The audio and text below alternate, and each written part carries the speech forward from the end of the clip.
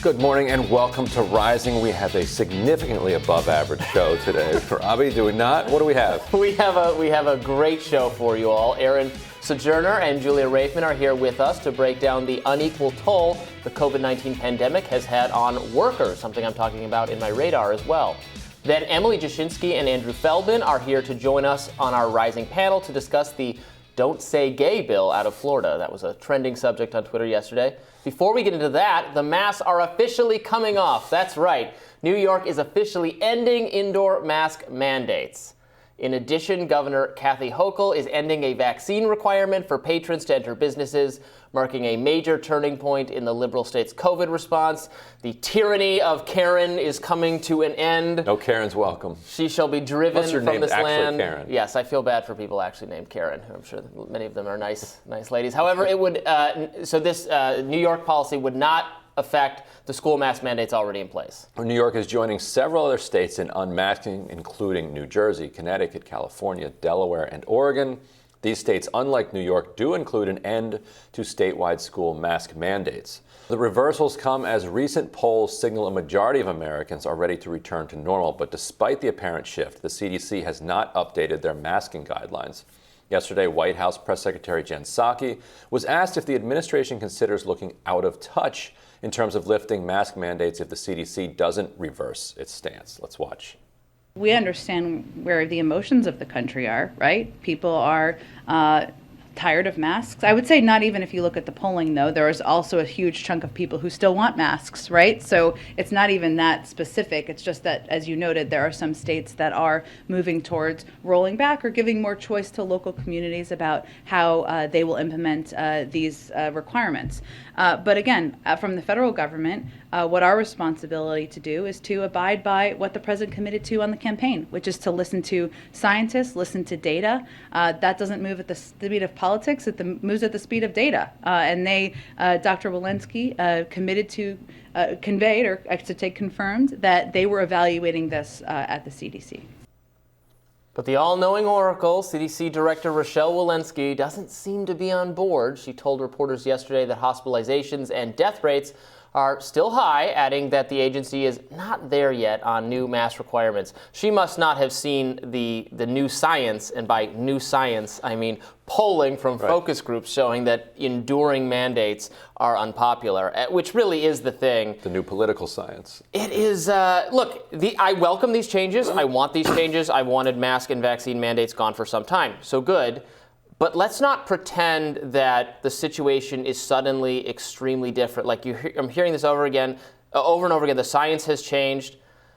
Not really. It's still the case that the vaccines are great and people should get them. And we have some diminishing utility of like forcing people on it. And the other stuff is like a lot of theater with some very steep downsides. Yeah. And that hasn't really changed.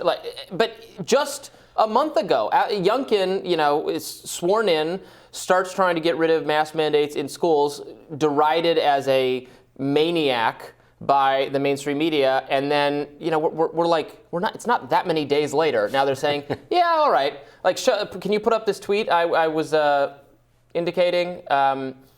This is a great. Yeah. So this is MSNBC, like in January. We're in the middle of February. About Youngkin versus Hochul in New Jersey, et cetera. It's a hypocrisy, isn't it? Well, yeah. I mean, it's a massively fast reversal, it's for sure. So, the one distinction there that I think gets missed here is that Youngkin was saying no schools can have mask policies. Like the mask policy must be no masks for everybody, no matter what. No requirement for masks. Right. No. Didn't no say requirement. You can't wear them, just can't be required to. Right. No school district can require masks. Right. Whereas what they're saying in New Jersey is that local school districts can make up. Right.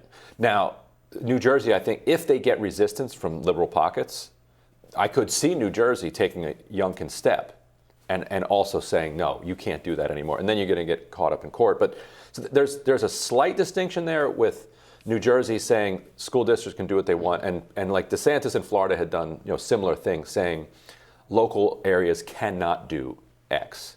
Mm-hmm. And Youngkin saying in Virginia, the school district cannot do Y. But broadly speaking, Democrats are waving the white flag on COVID right now.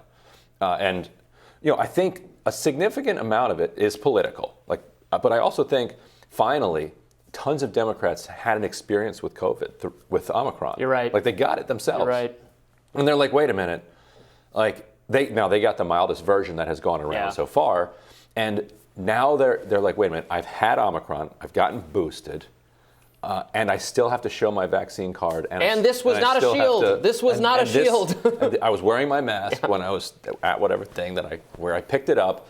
And now, because I've been exposed, you're expecting me to quarantine for 5 days, or 10 days? No, that's crazy. And so the combination of personal experience plus the politics, I think, is the thing that's really going to fuel this. But for many of them, it's going to take them a long time.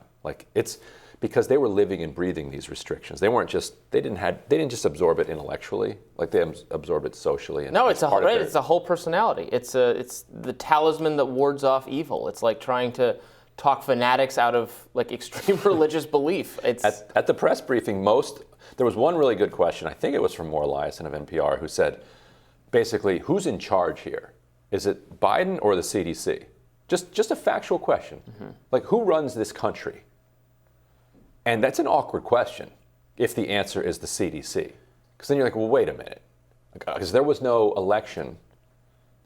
We didn't democratically decide on who's going to be the head of the CDC if it's the case that that's who runs the country. If you want the CDC to run the country, okay, interesting. That's an interesting idea.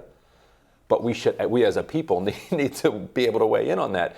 And she didn't exactly answer. She was saying he's going to listen to the science. And Maura's like, fine, that's fine. Listening is good. What does listen mean? Right. Does listen mean you listen to a police officer who's giving you an order? Or does listen mean, okay, that's interesting advice? And she finally ended up with, he's going to listen to his entire public health official team, which also includes Murthy and a crew of other people. So that would be the out, to say, okay, CDC says X, but the rest of my team that was at the focus group says, don't do that. And honestly, for all of Trump's myriad incompetencies and failings on the pandemic and every other matter, at least with this kind of stuff, at the early days of the pandemic, there was more of a sense, and even the public health officials, Fauci at least, would say things, well, yes, I'm giving the president my opinion on these pandemic matters, but it's his call. He's elected. He makes that decision while also factoring in the things he's hearing from other advisors about other matters, and that which is correct, and that was more clear in the early phase of the pandemic under Trump, and again, which is small, very slight praise for him, but then all of a sudden it got handed wholesale over the CDC. The rest of the White House press was really hammering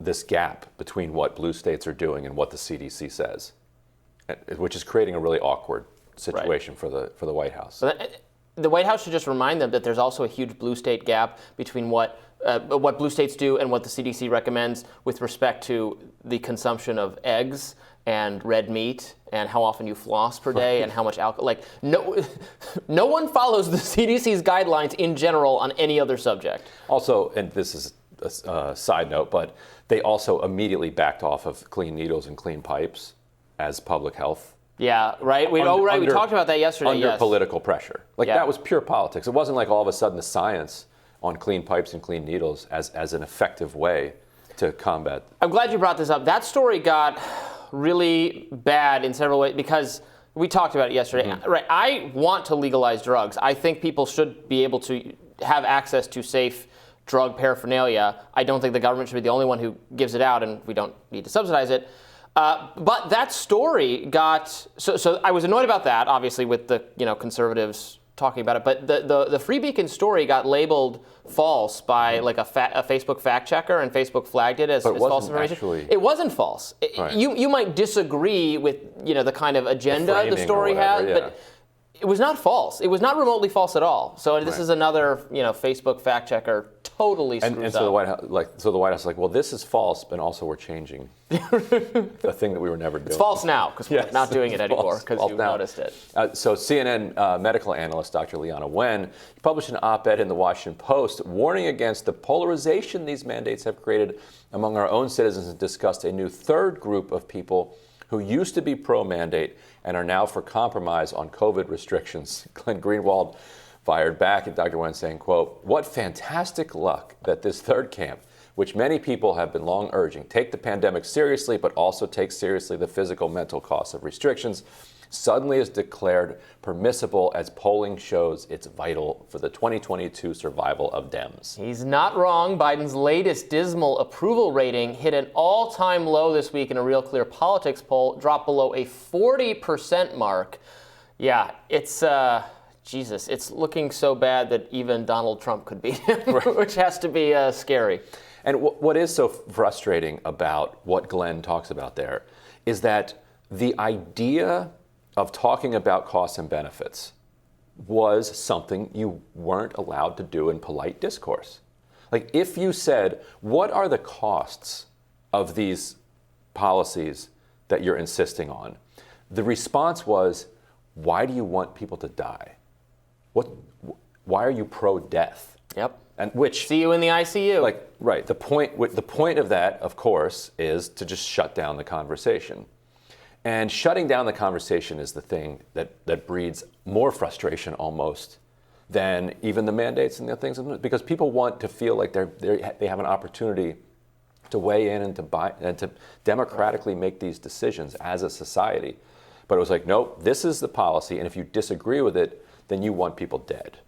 And this third camp she's describing, that Glenn's pointing out, many of us have been in for a long time. Right? This has existed since the vaccines were first coming out. When I thought the deal was you're going to get vaccinated, the government's going to encourage vaccination. Maybe even in some circumstances it will require it. That's going to be on the table, and everything else is going away. That's what I thought the deal was, and they reneged on that deal immediately.